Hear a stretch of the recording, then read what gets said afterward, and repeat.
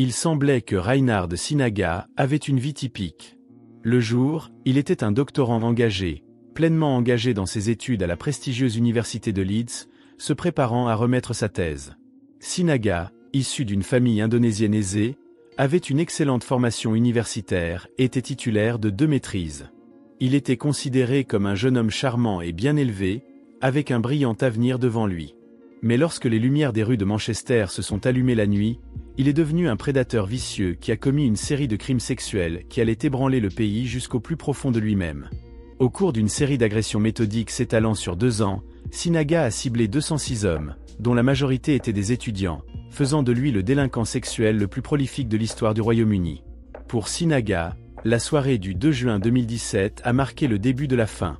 Jerry, un étudiant de rugby de 18 ans, s'est réveillé ce matin-là dans une douleur atroce et une désorientation totale. La veille au soir, il était allé dans un bar du quartier avec des amis et, à un moment donné, il s'était évanoui. Jerry s'est réveillé et s'est retrouvé allongé sur un lit étrange, violé par un homme allongé sur lui. Au début, il était confus et ne savait pas ce qui se passait, mais il a vite réalisé à quel point les choses étaient sérieuses.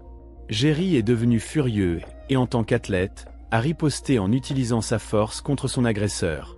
Après s'être libéré, il s'est levé et, furieux, a frappé Sinaga jusqu'à ce qu'il s'évanouisse au sol.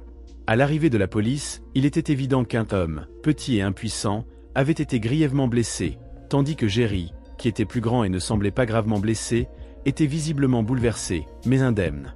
Jerry a été accusé de voies de fait graves par la police parce qu'elle croyait qu'il était l'agresseur, même si elle ignorait les véritables circonstances. L'histoire semblait facile au début, mais au fur et à mesure que l'enquête avançait, les flics ont pris de plus en plus conscience de l'ampleur des problèmes. Sinaga a fait preuve d'un comportement étrange et a refusé d'aider les autorités après avoir été transporté à l'hôpital pour y être soigné. Il a refusé et a tenté d'empêcher les policiers d'accéder à son téléphone lorsqu'ils tentaient de le déverrouiller, ce qui a soulevé des questions. Les flics ont découvert quelque chose de surprenant en ouvrant le téléphone portable de Sinaga. Une tonne de séquences enregistrées le montraient en train d'abuser sexuellement d'hommes inconscients. Ce qui, à première vue, semblait être une affaire d'agression impliquant 2 personnes est rapidement devenu le catalyseur d'une vaste enquête qui allait ébranler le Royaume-Uni et le monde entier. Né en 1983 sur l'île indonésienne de Sumatra, Reinhard Sinaga a grandi dans une famille aisée. Son père était un homme d'affaires prospère qui finançait le style de vie opulent de Sinaga à l'étranger grâce à un réseau d'entreprises qu'il possédait en Indonésie, dont une banque privée. Le jeune Indonésien est arrivé au Royaume-Uni en 2007 pour suivre un programme de maîtrise en urbanisme à l'université de Manchester. Elle a ensuite terminé un 2e programme de maîtrise en sociologie. Il a commencé ses études de doctorat à l'université de Leeds en 2012. Pendant cette période, il a vécu du soutien financier de sa famille, se faisant passer pour un étudiant assidu et respecté. Mais derrière cette image se cache une sombre réalité.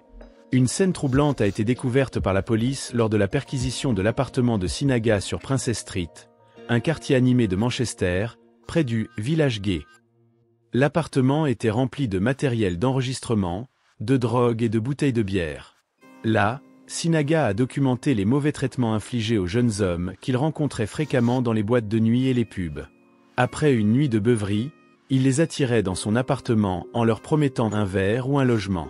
Après leur avoir donné des sédatifs pour les rendre inconscients à leur arrivée dans son appartement, il les abusait sexuellement tout en filmant l'intégralité de l'incident avec sa caméra.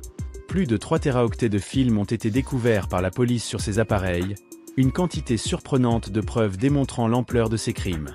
Seuls 136 des 206 hommes violés par Sinaga ont pu être reconnus. Il maltraitait les gens depuis des années, profitant d'eux à leur insu.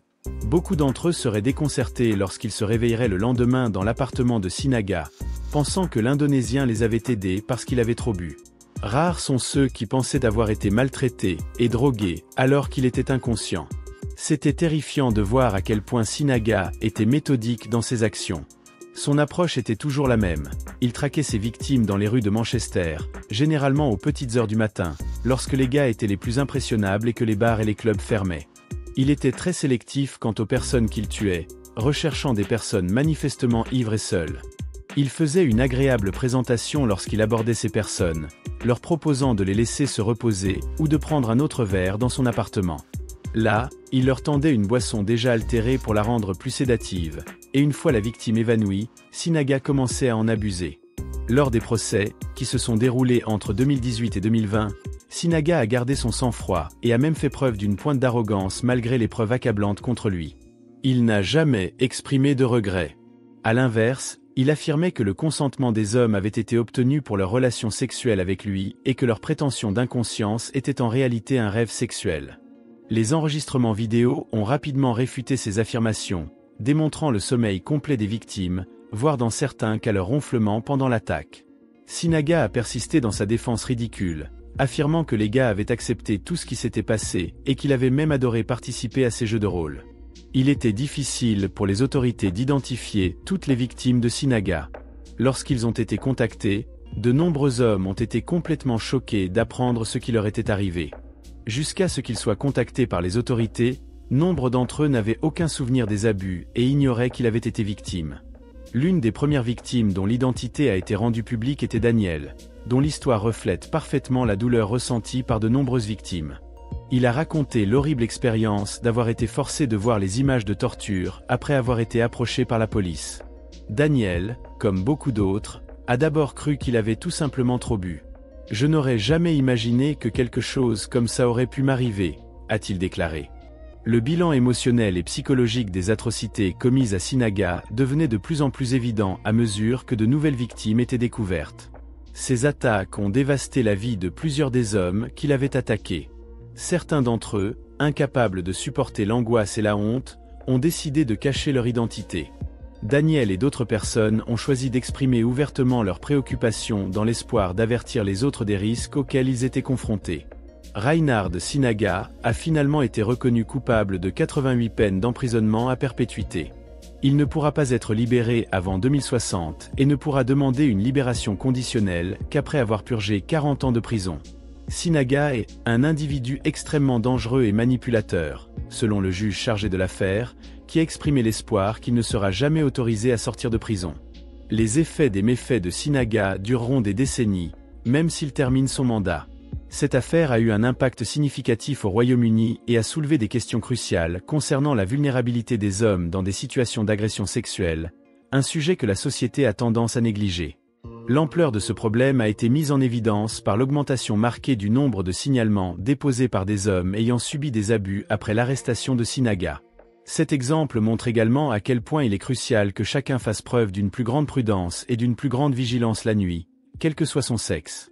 À l'exception de sa mère, qui s'est présentée à l'une des audiences, la famille de Sinaga était pour la plupart absente lors de son procès.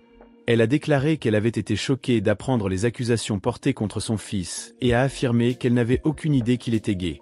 Par la suite, le père de Sinaga a déclaré qu'il ne voulait plus aborder le sujet et a ouvertement reconnu que son fils méritait la peine qui lui avait été infligée.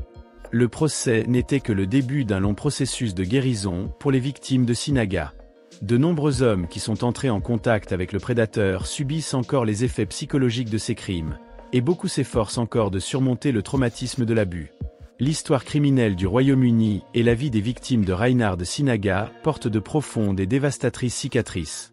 Son histoire nous rappelle que les prédateurs peuvent se cacher derrière les façades les plus honorables et que même lorsque justice est rendue, l'angoisse des personnes touchées ne peut être dissipée. Si vous avez aimé regarder nos vidéos, n'hésitez pas à vous abonner, à liker et à activer la cloche de notification pour ne manquer aucune de nos prochaines vidéos. À la prochaine fois. Il semblait que Reinhard Sinaga avait une vie typique. Le jour, il était un doctorant engagé, pleinement immergé dans ses études à la prestigieuse université de Leeds, se préparant à présenter sa thèse. Sinaga, issu d'une riche famille indonésienne, avait une excellente formation universitaire et possédait 2 maîtrises. Il était considéré comme un jeune homme instruit et charmant, avec un brillant avenir devant lui. Mais lorsque les lampadaires de Manchester se sont allumés la nuit, il est devenu un prédateur cruel, commettant une série de crimes sexuels qui allaient ébranler le pays jusque dans ses fondations. Au cours d'une série d'attaques méthodiques sur 2 ans, Sinaga a attaqué 206 hommes, pour la plupart des étudiants, faisant de lui le délinquant sexuel le plus prolifique de l'histoire du Royaume-Uni. Pour Sinaga, la nuit du 2 juin 2017 a marqué le début de la fin. Jerry, un étudiant de rugby de 18 ans, s'est réveillé ce matin-là dans une douleur atroce et complètement désorienté. La veille au soir, il était allé dans un bar du quartier avec des amis et, à un moment donné, il s'était évanoui. Jerry s'est réveillé et s'est retrouvé allongé dans un lit étrange, violé par un homme allongé sur lui. Au début, il était confus et ne savait pas ce qui se passait, mais il a vite réalisé la gravité de la situation. Jerry est devenu furieux et, tel l'athlète qu'il est, a riposté en utilisant sa force contre son agresseur. Après s'être libéré, il s'est levé et, furieux, a battu Sinaga jusqu'à ce qu'il s'évanouisse sur le sol.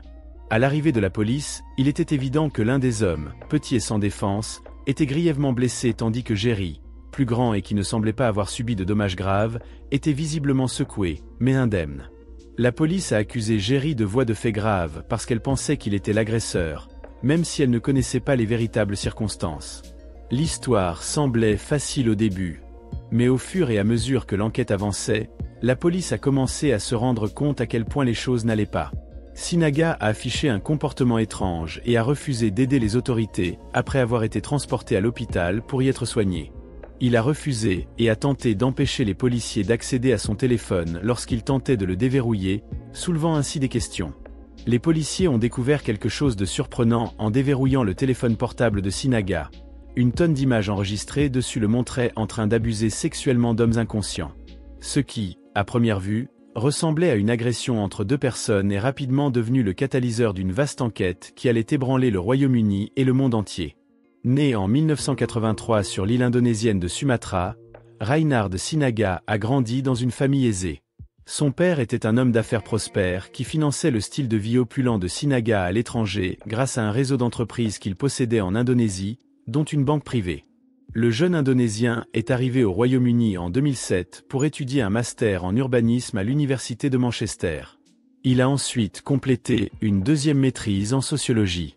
Il a commencé ses études de doctorat à l'université de Leeds en 2012.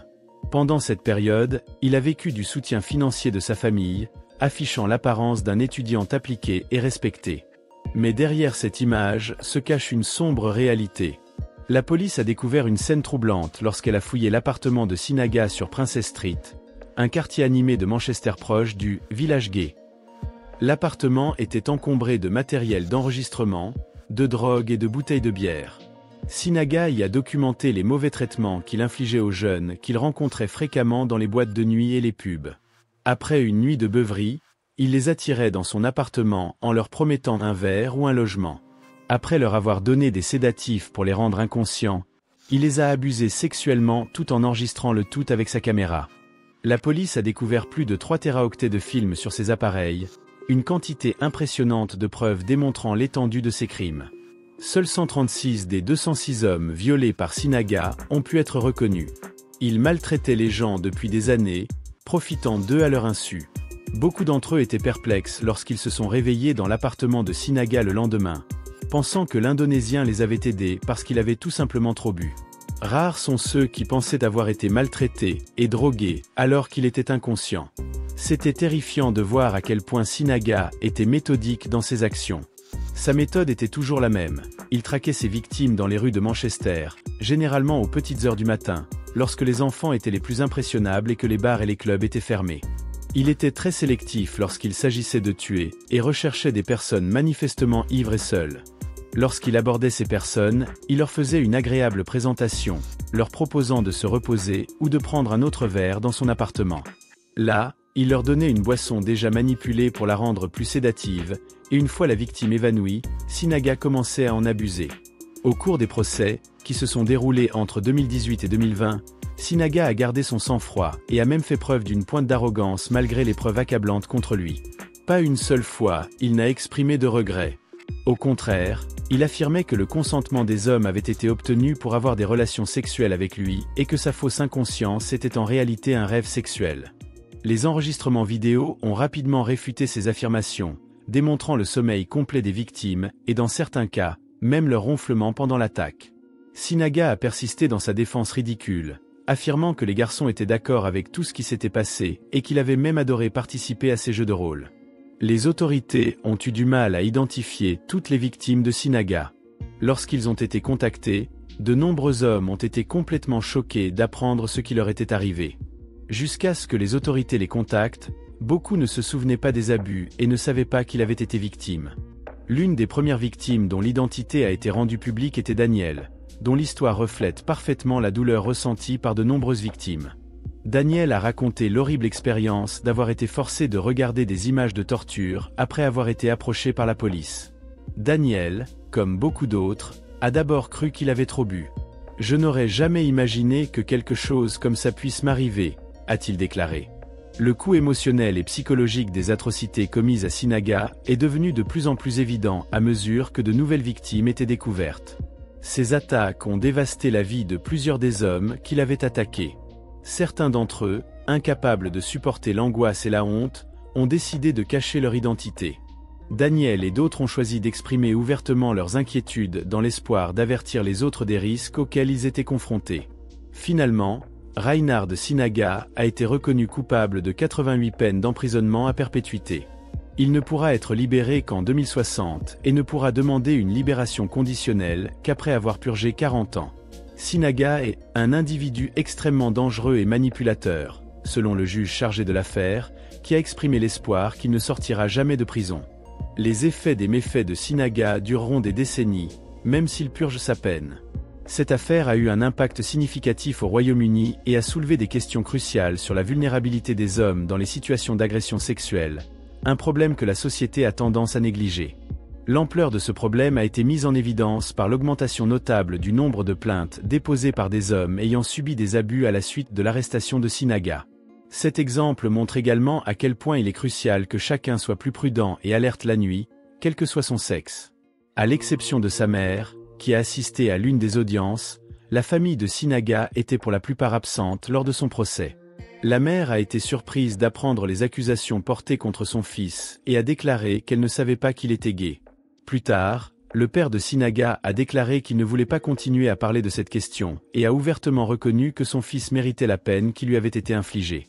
Le processus judiciaire n'était que le début d'un long processus de guérison pour les victimes de Sinaga. Beaucoup de ceux qui ont été en contact avec le prédateur continuent de subir les effets psychologiques de ces crimes, et beaucoup continuent de travailler pour surmonter le traumatisme des abus. L'histoire criminelle du Royaume-Uni et la vie des victimes de Reinhard Sinaga portent de profondes et dévastatrices cicatrices.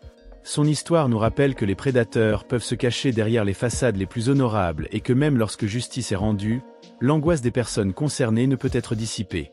Si vous avez aimé regarder nos vidéos, n'hésitez pas à liker, à vous abonner et à activer la cloche de notification pour ne manquer aucune de nos futures vidéos. Jusqu'à la prochaine fois.